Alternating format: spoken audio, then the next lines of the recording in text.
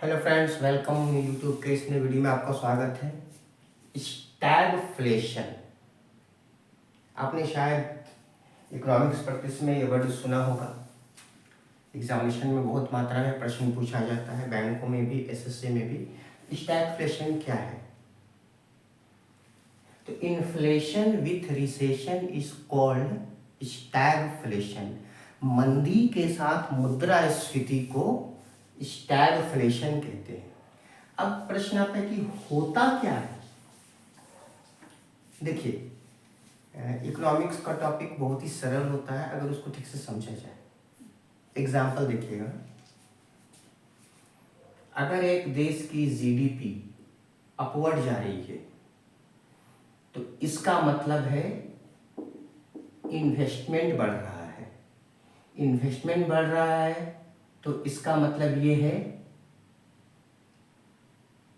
कि लोगों के पास एम्प्लॉयमेंट है, रोजगार है, बिजनेस है ना।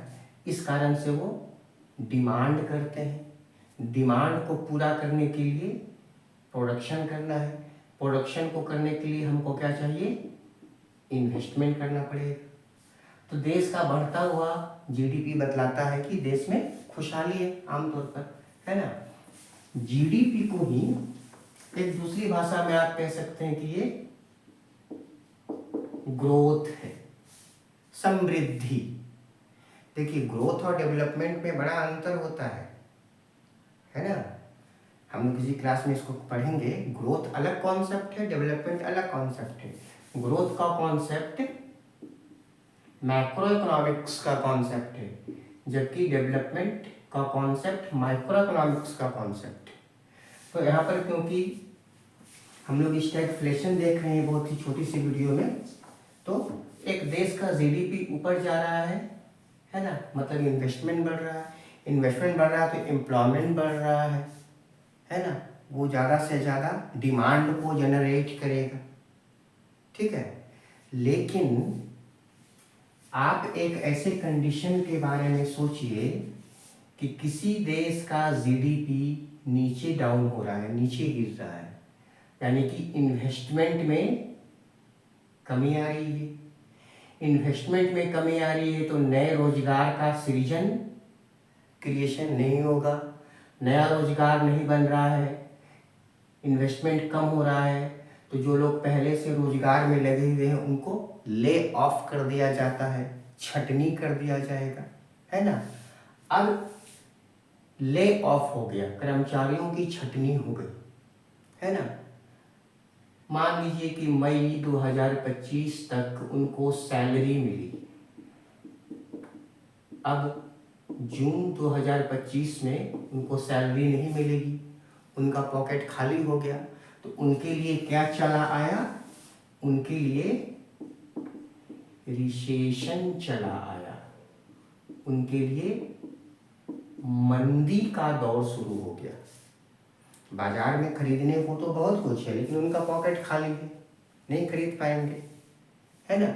अब मान लीजिए कि ये रिसेशन की बीमारी देश में बढ़ गई, जीडीपी कंटिन्यूअस डाउन होता रहा, तो रिसेशन तो बढ़ेगा ही बढ़ेगा, है ना। तब हमारी गवर्नमेंट ऑफ इंडिया या किसी भी देश की सरकार क्या करेगी कि अपने सेंट्रल बैंक के हेल्प से एक्स्ट्रा करेंसी प्रिंट करेगी। और एक्स्ट्रा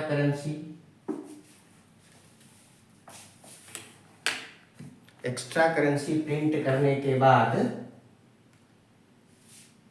रेट ऑफ इंटरेस्ट को कम कर दिया जाएगा। रेट ऑफ इंटरेस्ट जब कम जाएगा और इंडस्ट्री को कहा जाएगा कि आप हमसे लोन लीजिए, है ना। अगर वो पैसा दोबारा से इन्वेस्टमेंट हो गया, प्रोडक्शन शुरू हो गया, तब तो ठीक है। लेकिन अगर नहीं हुआ तो क्या हुआ? नहीं हुआ तो अर्थव्यवस्था में ऑलरेडी रिसेशन बना हुआ है और गवर्नमेंट ने एक्सेस लिक्विडिटी, एक्सेस करेंसी का सप्लाई कर दिया, तो इकोनॉमी में इन्फ्लेशन बढ़ गया। तब तो जिनका रिसेशन है उनकी हालत तो बड़ी ख़राब हो गई। अब वो क्या करेंगे, क्योंकि जो एक्सेस करेंसी प्रिंट हुआ वो उनके पास तो नहीं पहुंच पा रहा है ना, क्योंकि उनके पास काम ही नहीं है, उनके पास रोजगार ही नहीं है। जब इकोनॉमी में ये दोनों कंडीशन एक साथ विद्यमान रहे तो उसी को कहा जाता है स्टैगफ्लेशन। बहुत भयंकर बीमारी होती है किसी देश की अर्थव्यवस्था के लिए, खोखली कर देती है देश की अर्थव्यवस्था को। ठीक है, तो पढ़ते रहिए, फिर मिलते हैं आगे की वीडियो में।